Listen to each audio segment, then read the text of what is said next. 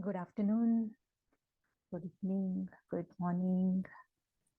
सभी का प्रयोगशाला में बहुत बहुत स्वागत है। तो पिछले 2 सेशन से हम एक बहुत ही इम्पोर्टेंट टॉपिक के बारे में बात कर रहे थे।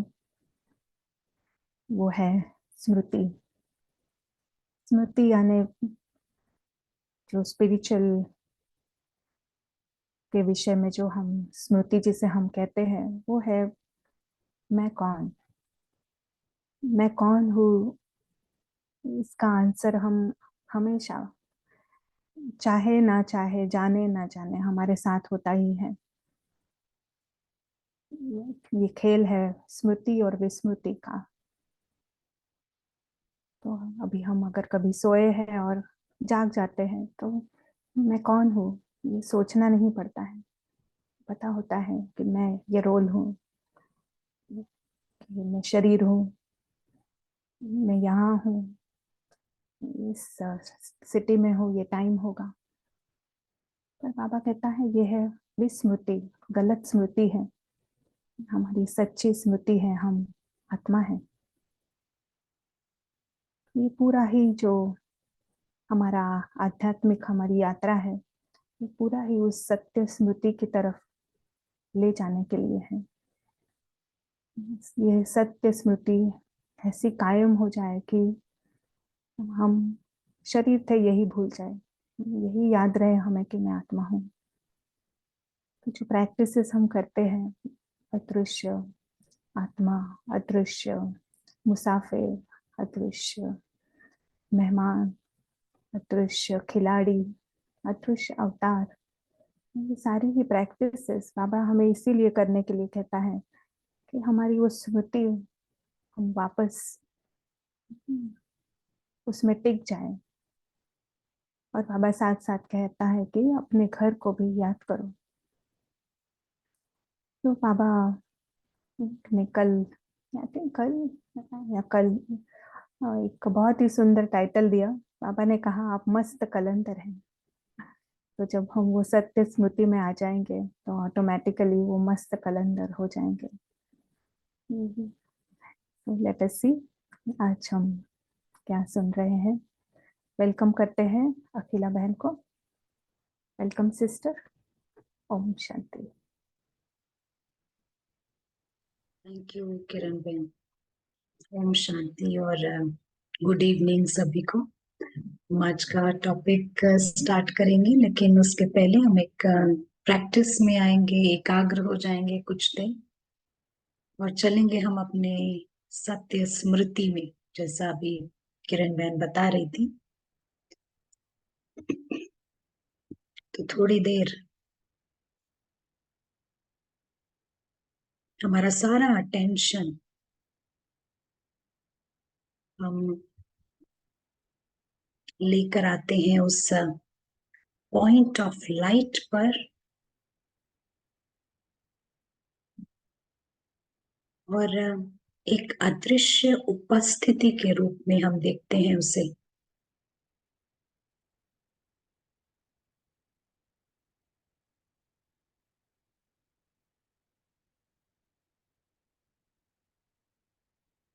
थोड़ी देर हम अटेंशन में रहेंगे।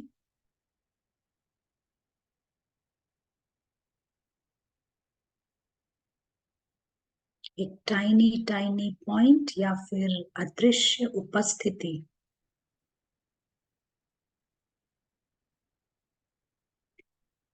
और यही वो पॉइंट है जो सुख महसूस करता है, सारे निर्णय लेता है।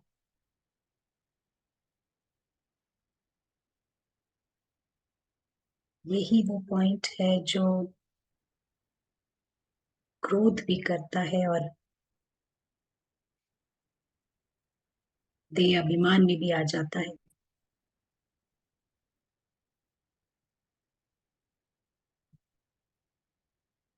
ये पॉइंट इस दुनिया का नहीं है,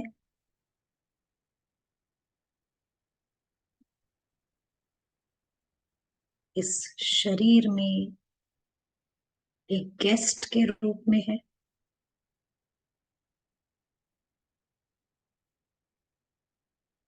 जो कुछ हमें दिखाई दे रहा है, सुनाई दे रहा है,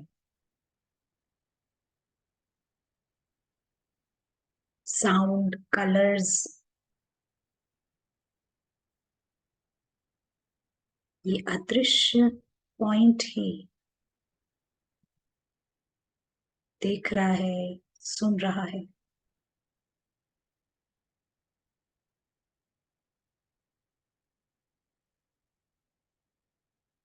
इस पॉइंट का यहाँ से एग्जिट है, प्रस्थान है।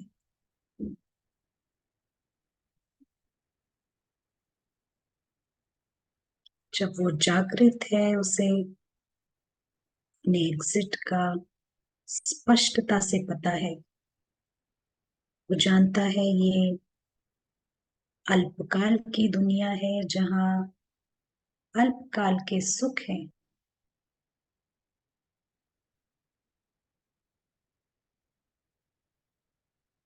उसका कोई इरादा नहीं है यहाँ फंसने का, कोई इरादा नहीं है यहाँ कुछ दावा करने का, मैं मेरापन लगाने का।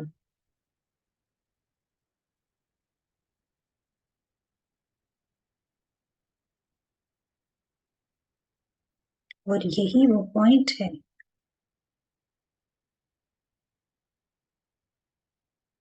जो कुछ समय बाद अंधकार में आ जाता है।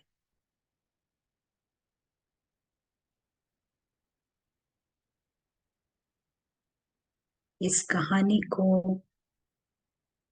वो अपनी कहानी समझने लगता है।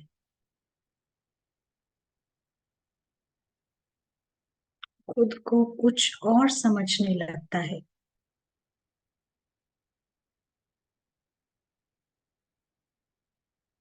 सोचता है कि वो कोई बहुत बड़ी चीज है,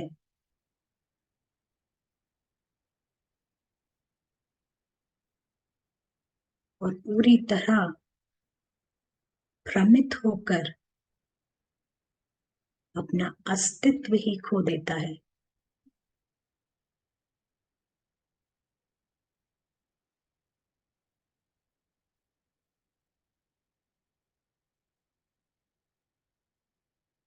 तो हम कंटिन्यू करते हैं, ज्ञान का प्रकाश डालते हैं।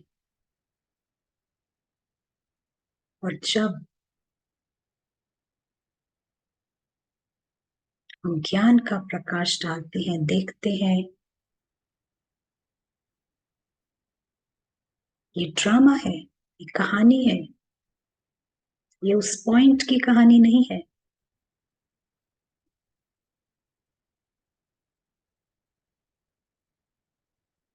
ये सोल केवल एक एक्टर है उसमें। उसकी दुनिया बेहद की है।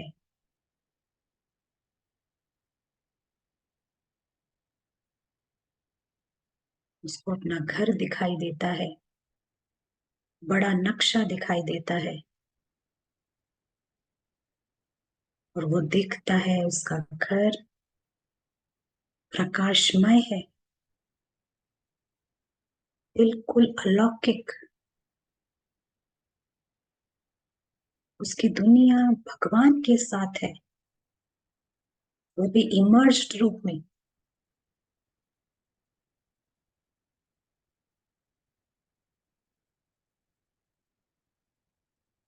उसकी एक रॉयल फैमिली है, और उसके घर में, उसकी दुनिया में कोई भी मृत्यु को प्राप्त नहीं होता। तो उसके घर में ना कोई निराशा है, ना कोई हताशा है, ना कोई कंप्लेंट्स है।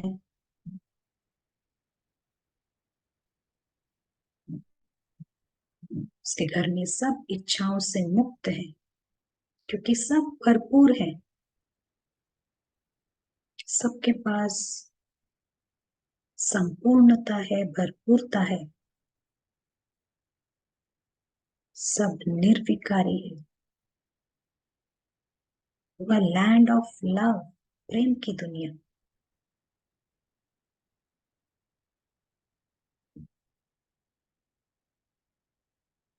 जैसे ये कमेंट्री चल रही है, वो इनविजिबल सोल इसको अनुभव कर सकता है।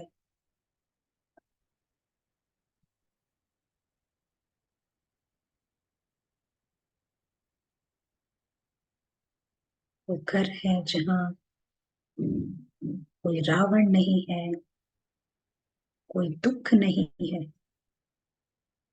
सदाकाल का हैप्पीनेस, साइलेंट जॉय।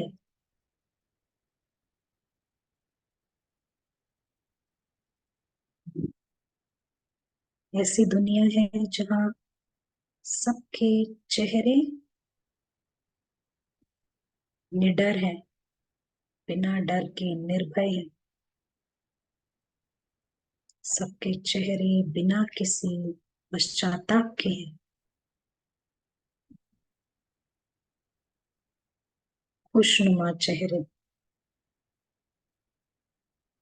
यहाँ हम आत्माओं की बात कर रहे हैं। सबके चेहरे ब्लिस के हैं, आनंद के हैं, शांति के हैं। सभी परमात्मा प्यार के लायक हैं, काबिल हैं।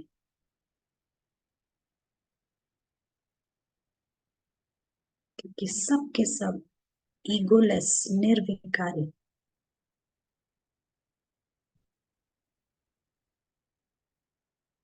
जो जितना ईगोलेस होता है वो उतना ज्यादा प्यारा होता है।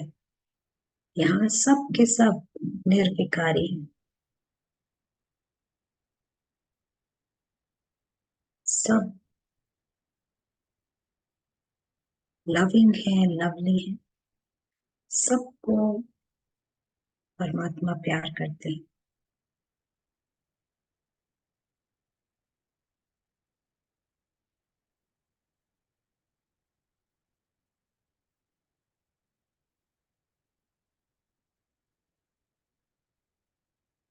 Thank you।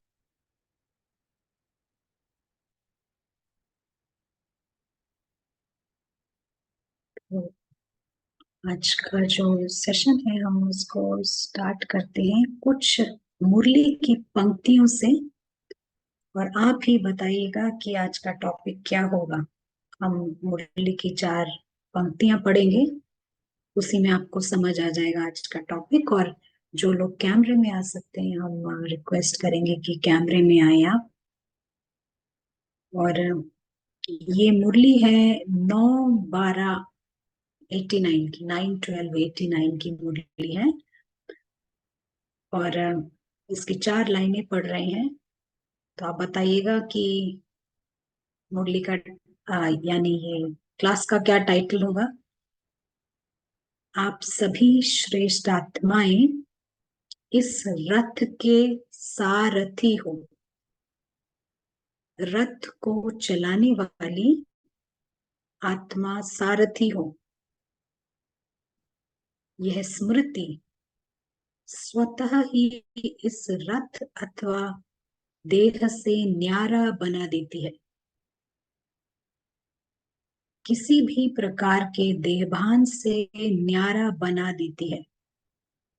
बाबा कह रहे अगर इस रथ को यानी शरीर को आप सारथी समझकर चलाएं तो ऑटोमेटिकली आप न्यारे हो जाएंगे। देभान नहीं तो सहज योग युक्त बन जाते और हर कर्म में योग युक्त, युक्ति युक्त स्वतः ही हो जाते हैं।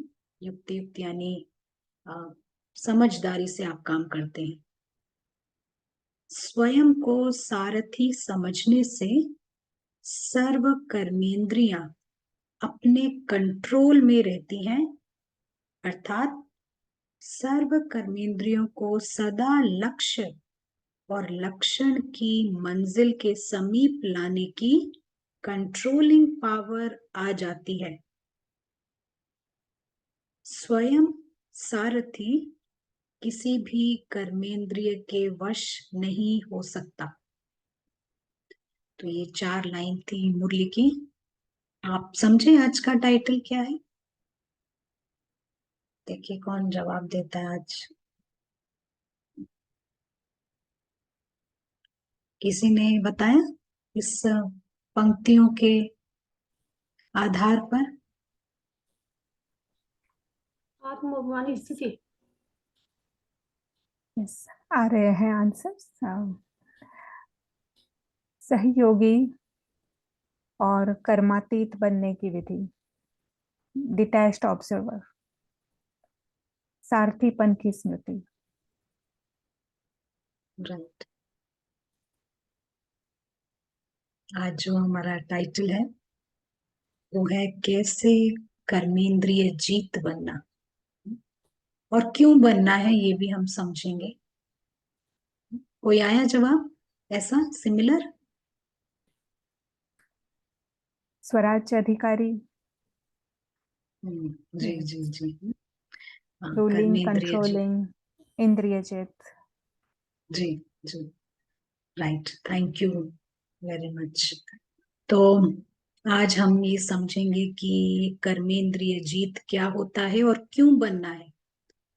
तो अगर मान लीजिए कि आपको अभी कुछ आवाजें आ रही हैं, नॉइजेस आ रहे हैं, कुछ साउंड आ रहा है, अगर आप कर्मेंद्रियों के अधीन होंगे तब आपका स्टाइल क्या होगा, और अगर आप कर्मेंद्रिय जीत होंगे तब आपका स्टाइल क्या होगा ना। ये साउंड्स आ रहे हैं तो क्या फर्क होगा, जो अधीन होगा और जो मालिक होगा। तो पहले हम देखते हैं कि इन मालिकों को हुआ क्या है, वो पहले हम चेक करते हैं। हम वापस इस जैम बोर्ड पर आते हैं तो हम देखते हैं कि ये जो मालिक हैं स्टार्स ऑफ लाइट, ये बहुत बहुत लकी हैं। इनकी दुनिया, जैसा कि कमेंट्री में था, इनकी दुनिया भगवान के साथ की है, और वो भी इमर्ज्ड वे में भगवान के साथ की है। सारे के सारे बहुत ही समझदार हैं, डिवाइन रॉयल्स हैं, और सभी क्या कहते हैं कि rich in head and rich in heart, यानी दिल और दिमाग के भरपूर हैं, अमीर हैं, हम ऐसा कह सकते हैं। लेकिन जब वो इस ब्लू बॉक्स, स्थूल दुनिया के संपर्क में आते हैं तो उनके ऊपर कुछ फोर्सेस एक्ट करते हैं, कुछ बल एक्ट करते हैं।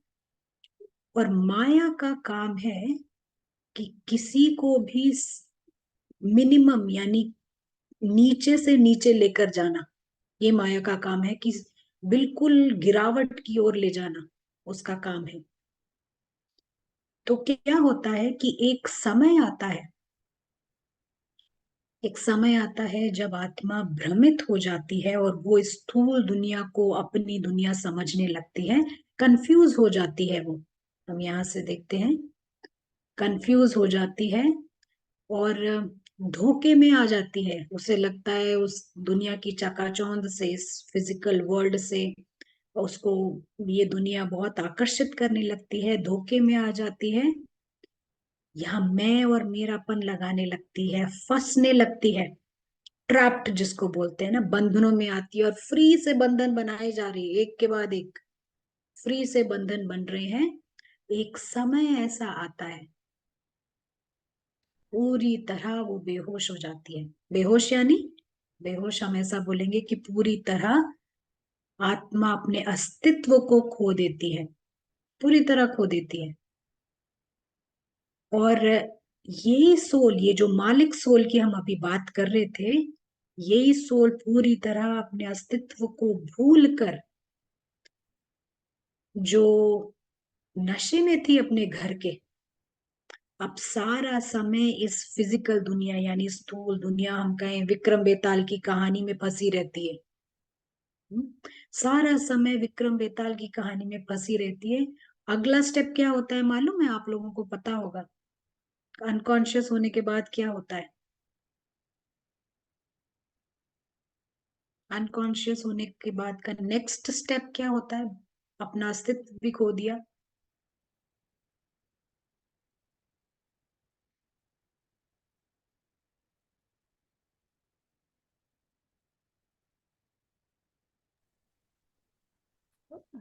राज्य चला जाता है,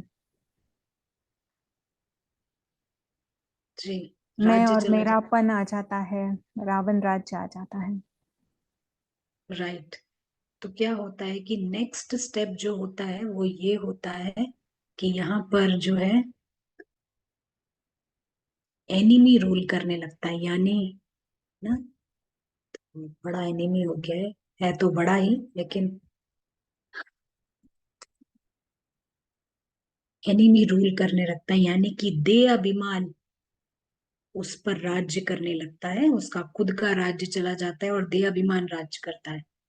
अब दे अभिमान जब राज करता है तो 10 सिर जो ये रावण के हैं, ये आपके मन को चलाते हैं, आपके मन को भी चलाते हैं, आपकी सेंसेस को भी चलाते हैं और आपके पूरे जीवन को चलाते हैं। मन को, सेंसेस को, जीवन, सब कुछ चलाते हैं ये 10 सिर रावण के। और रावण जो है उसका एक पैशन है, रावण जो है स्थूल दुनिया को लेकर बहुत पैशनेट है, उसको ये जो फिजिकल वर्ल्ड है ना, उसको बेहद पसंद है, ये ब्लू बॉक्स बहुत पसंद है रावण को। इधर जुनून है उसको स्टोरी स्टोरी स्टोरी, विक्रम बेताल की स्टोरी में फंसे रहने की। तो अब क्या होता है, जब रावण राज करता है तो ये सारे सेंसेस आपके, ये जो सारी कर्मेंद्रियां हैं, उसको स्टोरी में लगा देता है।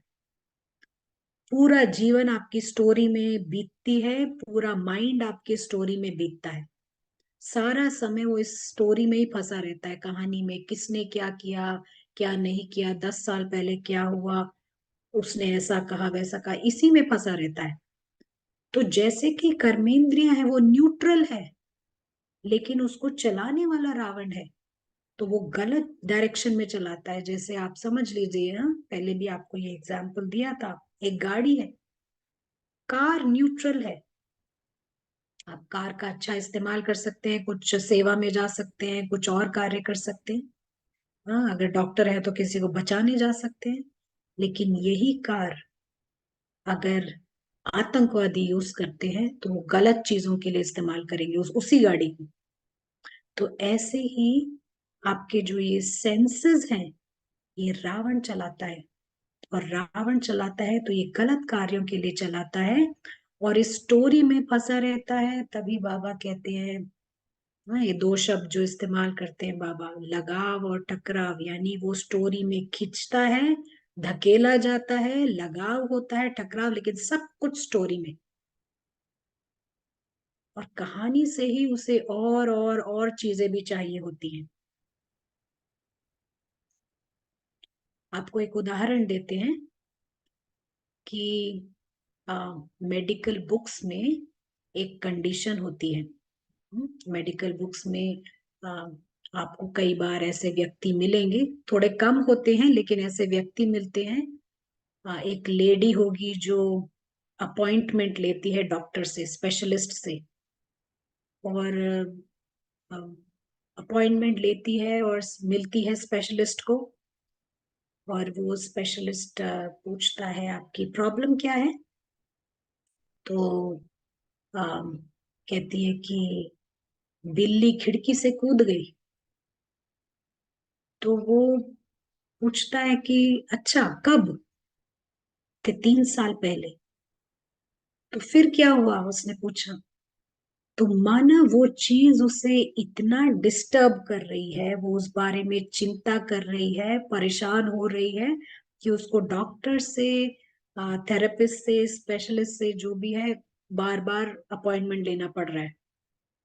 और वो समझती है कि ये बहुत बड़ी प्रॉब्लम है, और बाकी कोई क्यों इतना सीरियस नहीं ले रहा है इस प्रॉब्लम को, इतनी बड़ी बात को क्यों वो सीरियस नहीं है, उनको क्यों ये बात सीरियस नहीं लग रही, उसको ये समझ नहीं आती है। और वो ये अपॉइंटमेंट्स लेती है एक के बाद एक, और होता ये है कि इस चक्कर में बाकी सब जो इम्पोर्टेंट चीजें हैं लाइफ में, बहुत कुछ इम्पोर्टेंट होता है, वो सब नजरअंदाज हो रहा है, वो सब इग्नोर मारा जा रहा है, और ये चीज प्रायोरिटी दी जा रही है। और सारे रिसोर्सेस, जो भी शायद धन हो, सारा इसमें खर्चा हो रहा है, और हो सकता है फैमिली के पास और रिसोर्सेज ना हो, वक्त जा रहा है, सब कुछ इसी में जा रहा है, क्योंकि उसको लगता है कि ये बहुत इंपॉर्टेंट चीज है और इसको पहले सॉर्ट आउट होना है, यानी इसको पहले समाधान होना है। क्योंकि वो छोटी छोटी चीजों में उलझते रहते हैं ये लोग, और दिमाग से लेट गो नहीं कर पाते, छोड़ नहीं पाते उसको, मन से जाती नहीं है वो बातें। और सोचे 3 साल से वो इसी बात में लगी हुई है, और स्पेशलिस्ट के ऊपर यू नो अपॉइंटमेंट लिए जा रही है, रिसोर्सेज जा रहा है इसमें। तो रावण भी ऐसा ही है, छोटी छोटी चीजों में उलझा रहता है, उसको कोई दिलचस्पी नहीं है आप में यानी कि उस इनविजिबल प्रिंस में उसको कोई दिलचस्पी नहीं है। आपकी फैमिली में, रियल फैमिली में कोई दिलचस्पी नहीं है, आपके घर में कोई दिलचस्पी नहीं है, आपके अ, खुद के अस्तित्व में किसी चीज में नहीं है, not interested at all. Ravan की जो दिलचस्पी है सारा समय उस विक्रम बेताल की कहानी में है, उसकी दिलचस्पी। उसकी दिलचस्पी है कि किसी को पीटना है, पिटाई करनी है, किसी से रिवेंज लेना है, बदला लेना है, या फिर बहुत इम्प्रेस्ड है, कोई नया गाना आया है उसमें इम्प्रेस्ड है, या कोई गीत गा रहा है, आ, इसी तरह का कुछ आर्ट एंड क्राफ्ट कर रहा है, उसमें बड़ा इंटरेस्ट है उसको। और यही नहीं, रावण इससे भी छोटी छोटी चीजों में घुसा रहता है। तो जब हम कहते हैं किसी को गुस्सा आ रहा है, या फिर किसी को कोई एंग्री हो रहा है, एंगर आ रहा है, केवल वही रावण नहीं है। रावण जो है बड़ी आसानी से कंटिन्यू करता है इस कहानी में। और एक सिंपल सी बात है, आप देखेंगे कि सारा समय वो बड़ी आसानी से, हमारी सोच इस विक्रम बेताल की कहानी में लगी रहती है, बड़ी आसानी से वो जिंदा रहता है और कंटिन्यू करता है। इस मेथड से बड़े आसानी से वो आगे चलता है। जरूरी नहीं है क्रोध दिखाना ही रावण है, वो तो बड़ा फॉर्म है, लेकिन छोटी छोटी चीज, यानी सिंपली आपके थॉट्स कहानी में जा रहे हैं, माना रावण का राज्य चल रहा है। हम यहाँ थोड़ा रुकते हैं, पहले आपसे पता करेंगे कि आप लोगों को समझ आ रहा है या नहीं, या आपके कोई सवाल है तो आप जरूर पूछ सकते हैं। आपका कोई शेयरिंग या कोई कमेंट आप पूछ सकते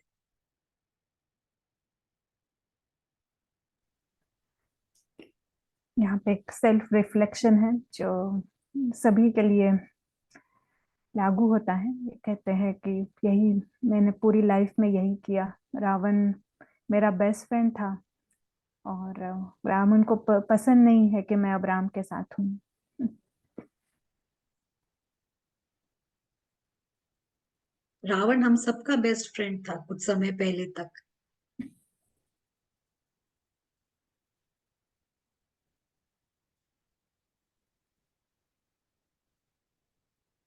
और कोई थॉट्स किरण में?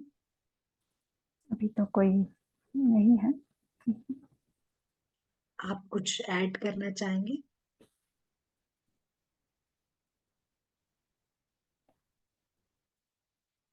रावण कितना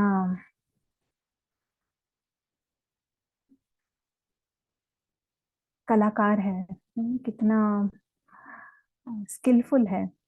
पता ही नहीं चलता है कि कब आ जाता है और कब हमारे ऊपर राज करता है। और बाबा जो उदाहरण देता है चूहा का, जैसे चूहा काटता रहता है but at the same time फूंक भी मारता रहता है, तो पता ही नहीं चलता है कि कोई काट भी रहा है। और नींद हमें बराबर ठीक से आती है उस समय भी, जब उठते हैं तो पता चलता है कि कोई काट के गया। तो ऐसा ही रावण है, जब बहुत दुख बढ़ जाता है तब पता चलता है कि कुछ तो गड़बड़ है लाइफ में, और भक्ति फिर तीव्र हो जाती है। So, ये होश में आना भी यही बात है कि हम हमें पता चले कि कब रावण इस मन को यूज कर रहा है। यही है परखने की शक्ति भी, कि अपने आप को पहचानना कि मैं बेहोश हो गई हूँ, वापस होश में आना। यही बाबा का बाबा की मदद है इस समय, और हम उस मदद को जरूर लें। Thank you. Thank you Kiran ma'am. बिल्कुल वो उस चूहे की तरह है जो काटता है और पता भी नहीं चलता है। और लेकिन जब ये इनविजिबल प्रिंस कॉन्शियस होता है तो होता ये है कि चाहे ये विक्रम बेताल की कहानी चल रही होगी, लेकिन उस विक्रम बेताल या हैरी पॉटर की कहानी जो कहा जाता है, उसके चक्कर में वो इनविजिबल प्रिंस कोई अपना फैमिली, अपना ड्यूटी, अपना अपनी खुद की जरूरतें, इन सबको नहीं वो इग्नोर करेगा। इवन अगर आप स्थूल दुनिया में देखें, मान लीजिए कोई फिल्म देख रहा है, चाहे फिल्म में शायद एक्ट भी कर रहा हो, तो उस फिल्म के लिए वो अपने खुद की फैमिली को नजरअंदाज नहीं करेगा। उनकी फैमिली की जरूरतों को, उसके माँ बाप को, उसके भाई बहनों को वो इग्नोर नहीं मारेगा।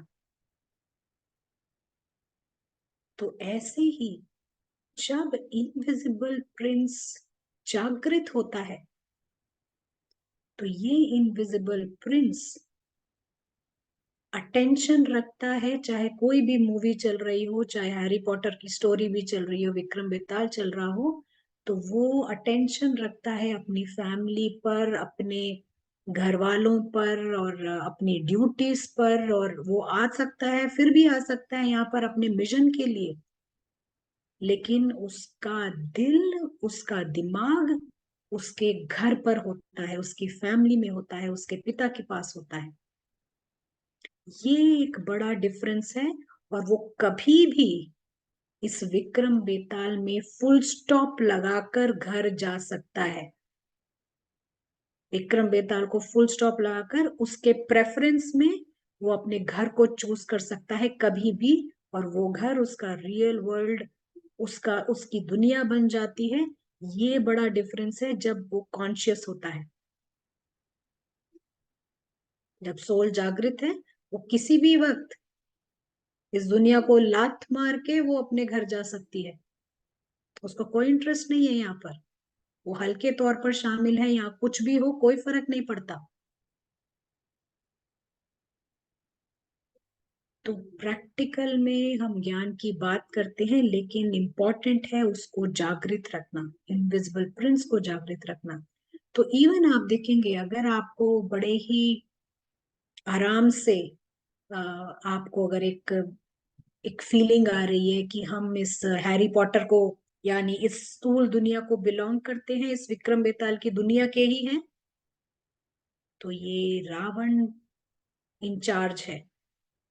अगर आपको लग रहा है इस दुनिया के हम नॉर्मल रहवासी हैं, ये रावण इंचार्ज है। और ये मैं शब्द इस स्टोरी में इस्तेमाल कर रहा है, अल्पकाल की दुनिया में।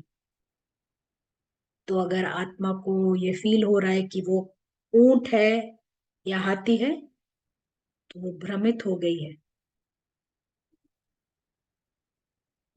और रावण को इस दुनिया से, आप जानते हैं, और चाहिए, और मैडनेस है उसका, मैडनेस रुकता नहीं है।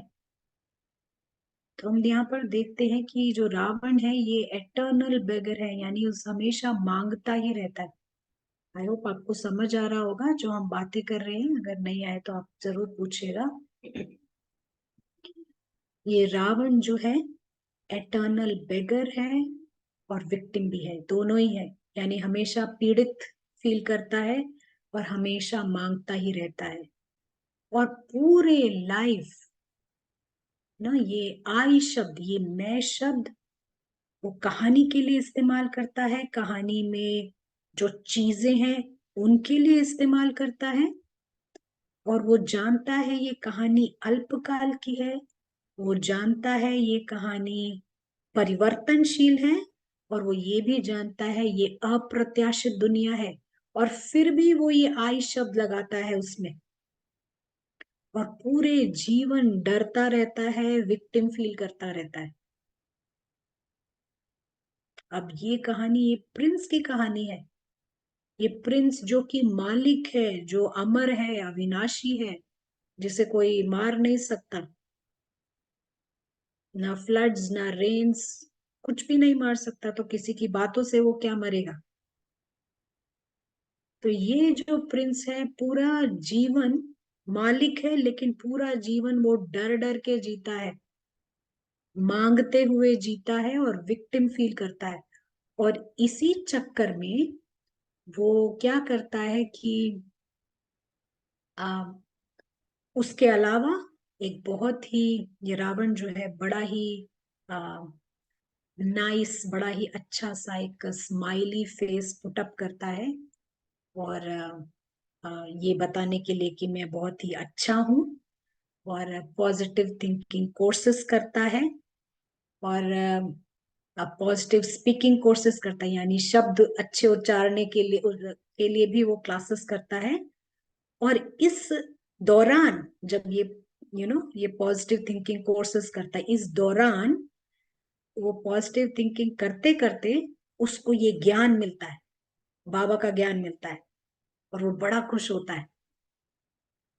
और जब वो उसको ये ज्ञान मिलता है, तो जानते हैं क्या होता है उस ज्ञान में, ये सुनता है मुरली में एक शब्द आता है, आप मालिक हो अपने कर्मेंद्रियों के।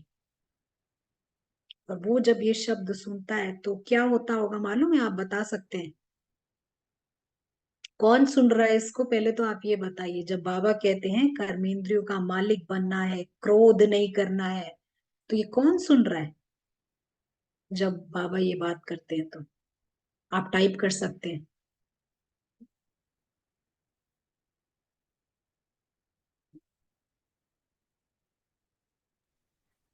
जवाब है आत्मा। प्रत्यक्षता का पर्दा खोलने के लिए कर्मातीत अवस्था जरूरी है। इनविजिबल प्रिंस सुनता है, हमारी अंदर की आवाज सुनती है, आत्मा सुनता है। सुनना तो आत्मा को ही चाहिए, लेकिन और कोई जवाब किरण में? नहीं, अभी नहीं है। एक आया है, ईगो सुनता है। हम्म, तो बाबा जब बात कर रहे हैं ना माया, कि रावण। हम्म, बाबा जब बात कर रहे हैं ना कि मुरलियों में आता है कि कर्मेंद्रिय जीत बनना है, अपने मन का मालिक बनना है, तो ये रावण जो मुखौटा पहना है, स्माइलिंग पॉजिटिव थिंकिंग कोर्स कर रहा है, और उसको ये ज्ञान हासिल होता है, तो सुनने वाला ये रावण होता है। और रावण कहते हैं वाह, मैं कर्मेंद्रिय का मालिक बन सकता हूं, तो वो क्या करता है, बाकी ईगोस को बंद करके मैं कर्मेंद्रिय का मालिक बनूंगा। यानी एक ईगो जागृत रहता है और बाकी ईगो को बंद करने की बात करता है। बाबा किससे बात कर रहे हैं? बाबा बात कर रहे हैं प्रिंस से, लेकिन वो प्रिंस जागृत ही नहीं है। मोस्ट लाइकली यही होता है, वो प्रिंस जागृत नहीं है। तो सुनने वाला जो है रावण है, और वो डिसाइड करता है। वंडरफुल ज्ञान है ये तो, कभी नहीं सुना मैंने। आज के बाद में ये सारे ईगोस को बंद कर दूंगा, एक ईगो को जागृत रख के, जो उस खुद का ईगो है। तो बाबा तो बच्चे बच्चे जब कहते हैं प्रिंस की बात कर रहे हैं, लेकिन होता ये है सुनने वाला ये रावण सुन रहा है। तो क्या होता है ना, कई बार आपने सुना होगा कि ये लैंग्वेज कई भक्ति इंस्टीट्यूशंस में भी होती है। ये भाषा जो है आ, कई जगह इस्तेमाल करती है, कई एजुकेशनल इंस्टीट्यूशंस में, स्पिरिचुअल इंस्टीट्यूशंस में ये बातें होती हैं। आपने ये भी सुना होगा, आप यही वाली बात जो है वो उधर भी करते हैं, इधर भी करते हैं, सेम ज्ञान है, उधर भी ज्ञान है, ये भी ज्ञान है, कोई अलग नहीं है, वही बात उधर भी होती है। लेकिन हो सकता है ये भाषा वही होगी, लेकिन ये जरूरी है हम इस भाषा और इस मैसेज को हम डिकोड करें। और डिकोड करना माना पहले उस प्रिंस को जागृत होना है, प्रिंस को वो ज्ञान सुनना है, और सुनने वाला एक्चुअली में वो रावण है। तो यहाँ हमारे को देखना है कि कौन ज्ञान सुनता है। तो यूजुअली बाबा क्या बोलते हैं, जब मुरलियों में हम ज्ञान सुनते हैं तो पहले 2-4 लाइनों में ही होता है कि आत्माभिमानी स्थिति में बैठे हो, आत्मा सुनते हो, ऐसे शब्द होते हैं। यानी कि सुनने वाली आत्मा होनी चाहिए। लेकिन रावण सुनकर कुछ डिसाइड कर लेता है कि मैं अब से मास्टर सर्वशक्तिमान बनूंगा या जो भी बनूंगा। तो हमको ये चेक करना है कौन जागृत है। कोई थॉट्स किरण में?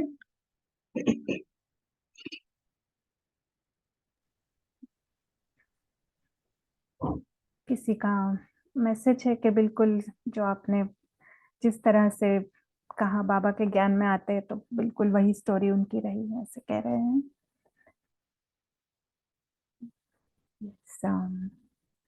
सभी जब बाबा के पास आते हैं तो सभी, रावण ही आता है बाबा के पास भी, सभी की स्टोरी यही है। और रावण, वहां से रावण कितने जल्दी पकड़ा जाता है, वो इस मार्ग में हम कितना फास्ट चल सकते हैं इसके ऊपर आधारित है।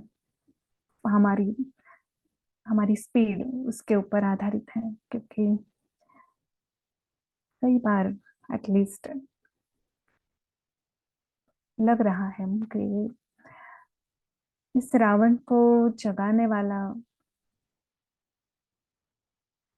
सिर्फ मुरली सुन के रावण को हम पकड़ नहीं सकते हैं। ऐसे लग रहा है कि कोई वो भी बताने वाला, वो भी संजीवनी सुनाने वाला कोई कोई मिल जाता है। ये स्व का एक्सपीरियंस है। रावण भी इतना इतना पावरफुल है कि और बाबा का प्यार भी ऐसा झुलाता है हमें कि पता ही नहीं चलता है कि सही में वो रावण ही है। और हम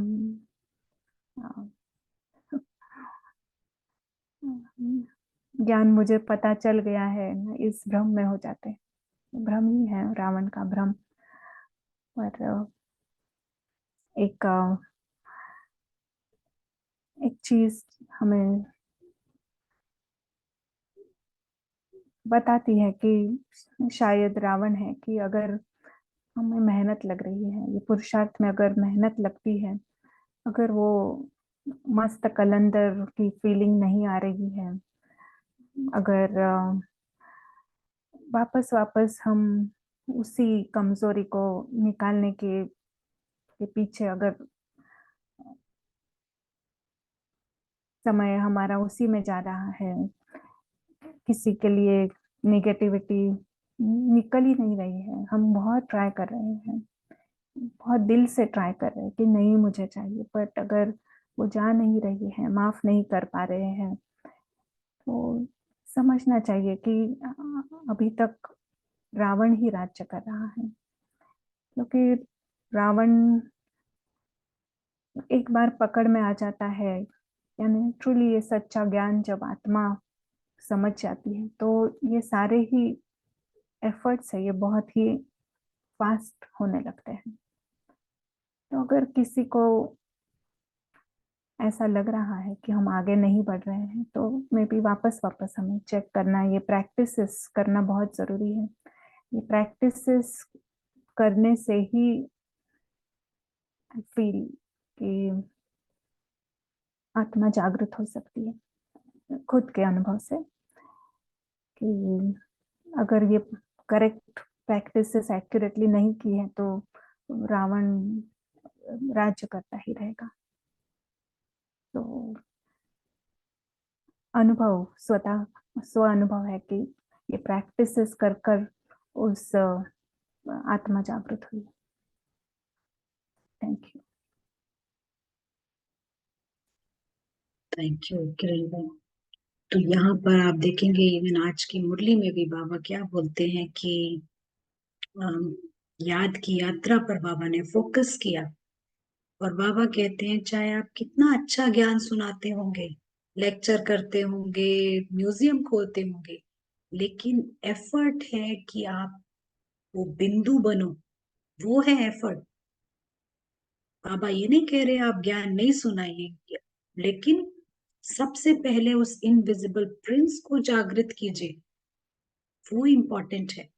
तो हमारे को अपने ही यहाँ पर प्रोग्राम बनाने हैं, और बाबा को जो पसंद है वो है लाइट ऑफ नॉलेज। इस लाइट ऑफ नॉलेज को क्रिएट करना, ज्ञान का प्रकाश होना चाहिए। और बाबा कहते हैं इस स्थूल दुनिया, ये जो रावण की वर्ल्ड है, इसको वैल्यू देना बंद कीजिए।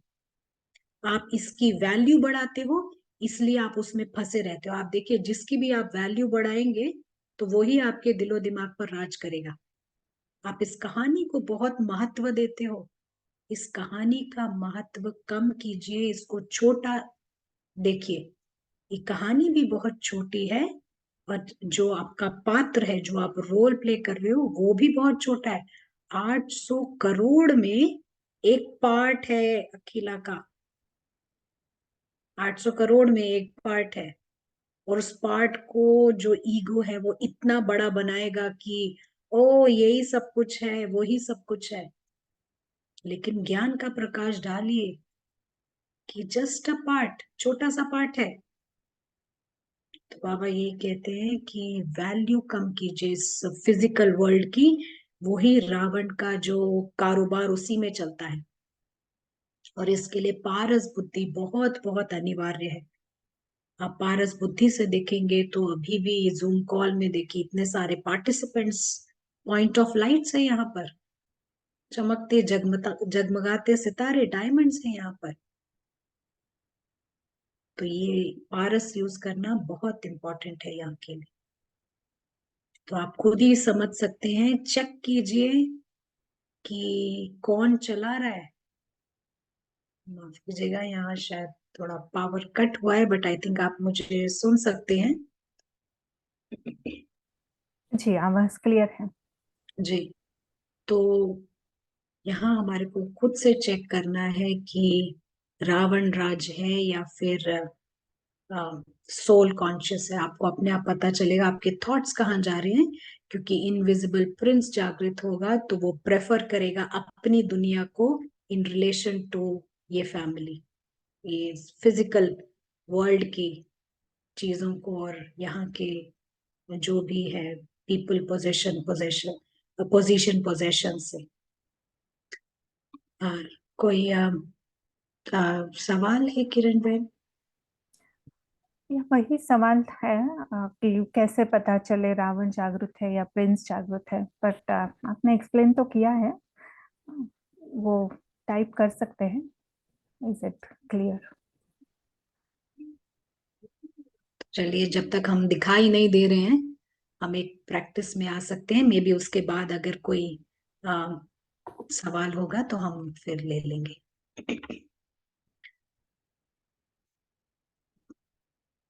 तो थोड़ी देर के लिए हम अलर्ट हो जाते हैं। और जैसा आज बाबा ने कहा, कितना ही ज्ञान आता हो, पता हो, आप चर्चा करते हो, लेकिन आप कितने जगह हैं वो इम्पोर्टेंट है। याद की यात्रा ये है।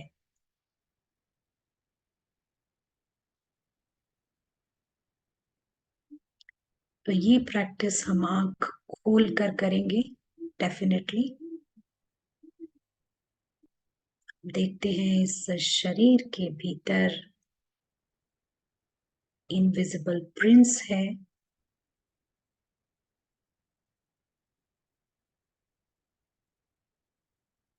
अंडरस्टैंडिंग के साथ जो कुछ आपको दिख रहा है इस वक्त, रंग दिख रहा है, फर्नीचर दिख रहा है,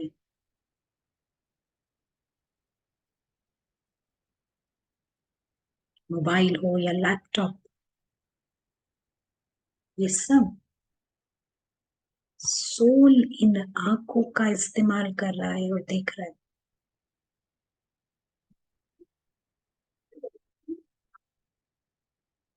आंखें न्यूट्रल है,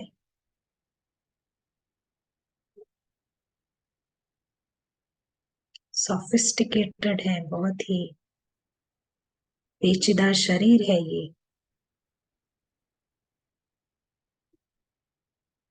आप जो सुन रहे हैं, ये कान अपने आप से नहीं सुन सकते हैं, ये इनविजिबल प्रिंस कानों का इस्तेमाल कर रहा है सुनने के लिए।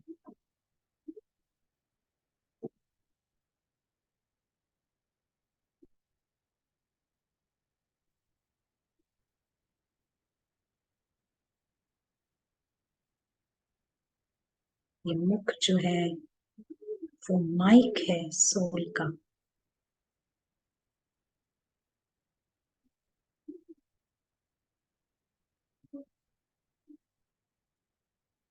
और वो यूज करता है अलग अलग भाषा द्वारा अपने थॉट्स पहुंचाता है।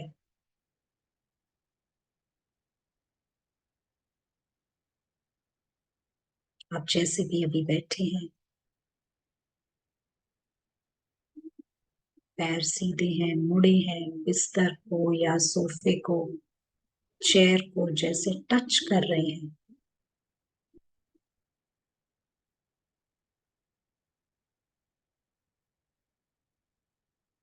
कुछ प्रेशर पॉइंट्स हैं, ये सोल इसको फील कर रहा है।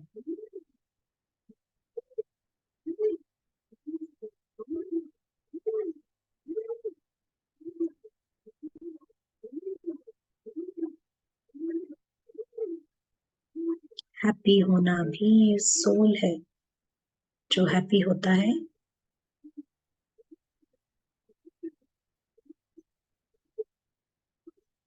सारे निर्णय ये सोल ही लेता है।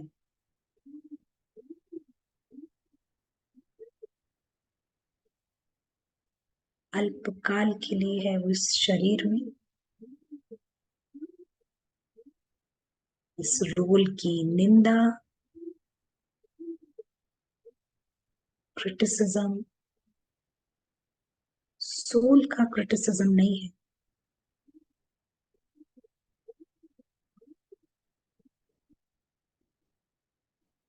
इस शरीर के भीतर वो बिल्कुल सुरक्षित है।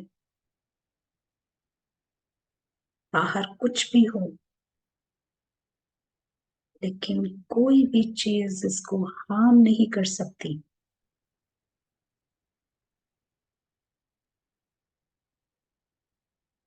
ये शरीर डैमेज हो या गायब हो, सोल को कोई डैमेज नहीं होता, कंटिन्यू करता है अपनी यात्रा।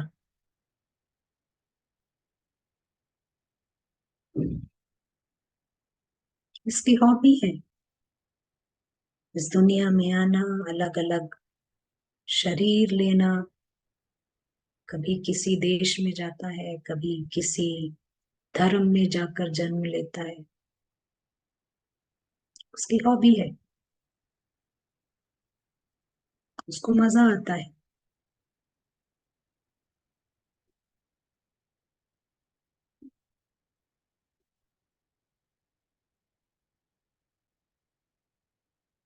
और इस पूरी प्रक्रिया के दौरान उसे कोई भी चीज क्षति नहीं पहुंचा सकती। वो जैसे आता है इस दुनिया में, गारंटीड सुरक्षा के साथ वैसे ही वापस जाता है।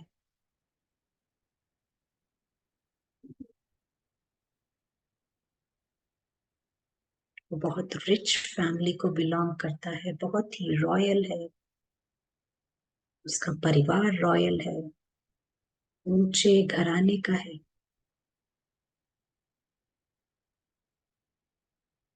गॉड के किंगडम को वो बिलोंग करता है।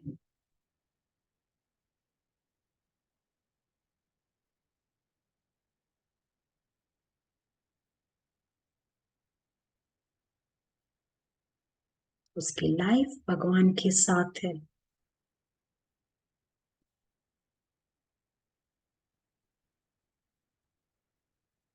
और एक पॉइंट ऑफ लाइट बने रहना या इनविजिबल रहना, ये आम बात है उसके लिए।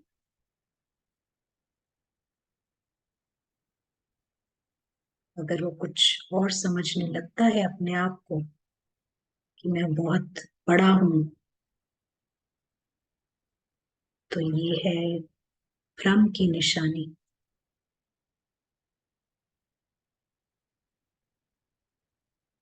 उसकी लाइफ पीसफुल है, ब्लिसफुल है।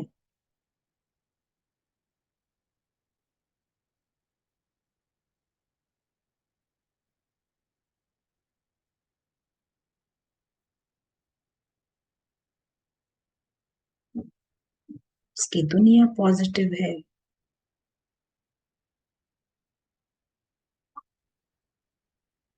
और उसकी दुनिया ऐसी है कि स्थूल दुनिया में कोई सबसे खूबसूरत जगह है, तो उससे भी कहीं ज्यादा खूबसूरत है उसका घर और परिवार।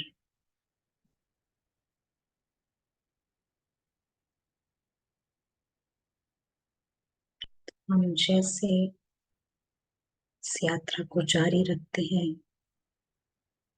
हम बार बार इस सुंदर सत्य में आते हैं। आत्मा का स्ट्रेंथ है, उसका बल है अपने घर से, अपने सत्य से। तो हम उसको पावर देते हैं बार बार उसके ट्रुथ से कनेक्ट करके। यही है सच्ची याद की यात्रा।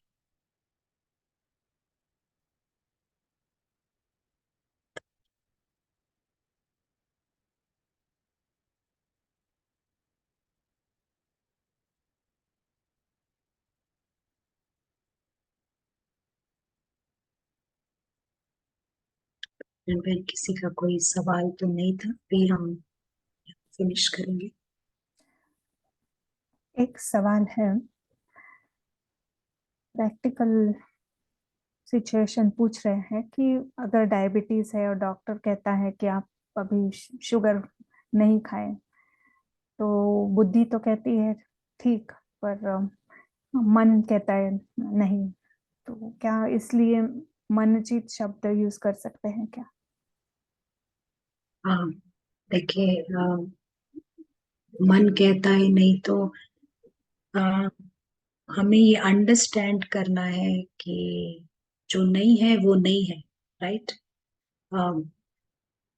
आप कोई भी शब्द यूज कीजिए, लेकिन इम्पोर्टेंट चीज ये है कि हम उसमें इंडल्ज ना करें। उसके लिए मन को आप बिजी रखें, क्योंकि वो फ्री रहेगा तो जो चीज मना हुई है उसी के पास जाएगा। तो इसीलिए माइंड को बिजी रखना इम्पोर्टेंट है। हम राम के कार्य में बिजी रखते हैं, थॉट्स भी ना आए तो माइंड को बिजी रखना इम्पोर्टेंट है। बाबा ने जो ये 4 सब्जेक्ट्स दिए हैं, हम अपने माइंड, चाहे स्थूल कार्य कर रहे हो, लेकिन माइंड उसमें बिजी रखते हैं। क्या मैंने सही समझा इस सवाल को?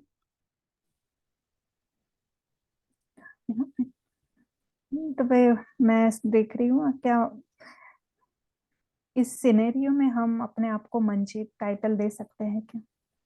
बाबा जिसे मंजीत कहता है। बाबा जिसे मंजीत कहता है, आई थिंक हम अ, कर्मेंद्रिय जीत यूज करते हैं।